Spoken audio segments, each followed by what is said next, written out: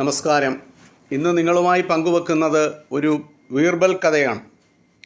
അക്ബർ മഹാരാജാവിൻ്റെ കൊട്ടാരത്തിലെ പണ്ഡിതരിൽ ഒന്നാമനാണ് ബീർബൽ. മഹേഷ് ദാസ് എന്ന ഒരു സാധു ബ്രാഹ്മണനെ അക്ബർ മഹാരാജാവ് ആകസ്മികമായി കാണുകയും അദ്ദേഹത്തിൻ്റെ ബുദ്ധികൂർമ്മതയിൽ സംതൃപ്തനായ രാജാവ് അദ്ദേഹത്തെ തൻ്റെ സദസ്സിനാക്കുകയും ചെയ്തു. മഹേഷ് ദാസ് എന്ന ആൾ പിന്നീട് ബീർബൽ എന്ന പേരിലാണ് കൊട്ടാരത്തിലും നാട്ടിലും അറിയപ്പെട്ടത്.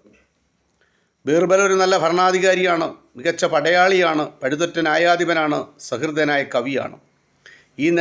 ഈ നിലകളിലെല്ലാം പ്രശസ്തനായ ബീർബൽ അക്ബർ മഹാരാജാവിൻ്റെ സദസ്സിലെ നവരത്നങ്ങളിൽ ഒരാളാണ്.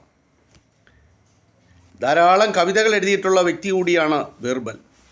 അദ്ദേഹത്തിൻ്റെ കവിതകൾ, മനോഹരമായ കവിതകൾ ഭരത്പൂർ മ്യൂസിയത്തിൽ ഇന്നും സൂക്ഷിച്ചിട്ടുണ്ട്. അക്ബർ മഹാരാജാവിനെ ഉപദേശിക്കാനും സഹായിക്കാനും വിമർശിക്കാനും തിരുത്താനുമൊക്കെ ബീർബലിന് സ്വാതന്ത്ര്യമുണ്ട്. അങ്ങനെ ഉപദേശിച്ച ഒരു കഥയാണ് ഇന്ന് നിങ്ങളുമായി പങ്കുവെക്കുന്നത്. ആ കഥയുടെ പേര് പലഹാരത്തിൻ്റെ മണം എന്നാണ്. ഒരു നാൾ നഗരത്തിലെ ഒരു വ്യാപാരി ഒരു സാധു മനുഷ്യനെയും കൂട്ടി അക്ബർ രാജാവിൻ്റെ കൊട്ടാരത്തിലെത്തി. വിചിത്രമായിരുന്നു വ്യാപാരിയുടെ പരാതി. വ്യാപാരി നൽകിയ പരാതി ഇതാണ്: മഹാരാജാവേ, ഇയാൾ ദിവസേന ഉണക്കച്ചപ്പാത്തിയുമായി എൻ്റെ മധുരപലഹാരക്കടയുടെ മുമ്പിൽ വന്നിരുന്ന് മധുരപലഹാരങ്ങളുടെ മണം ആസ്വദിച്ച് ചപ്പാത്തി തിന്നും. പലഹാരങ്ങൾ എൻ്റെ ആയതിനാൽ അവയുടെ മണം ആസ്വദിച്ചതിന് ഞാൻ ഒരു പ്രതിഫലം ചോദിച്ചു.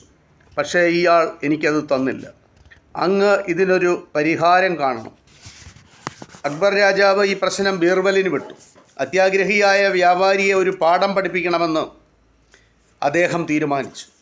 ബീർബൽ ഒരു സ്വർണ്ണ നാണയമെടുത്ത് വ്യാപാരിയുടെ മൂക്കിനടുത്ത് ഉരസിക്കൊണ്ട് പറഞ്ഞു: നിങ്ങൾ പറഞ്ഞത് ശരിയാണ്.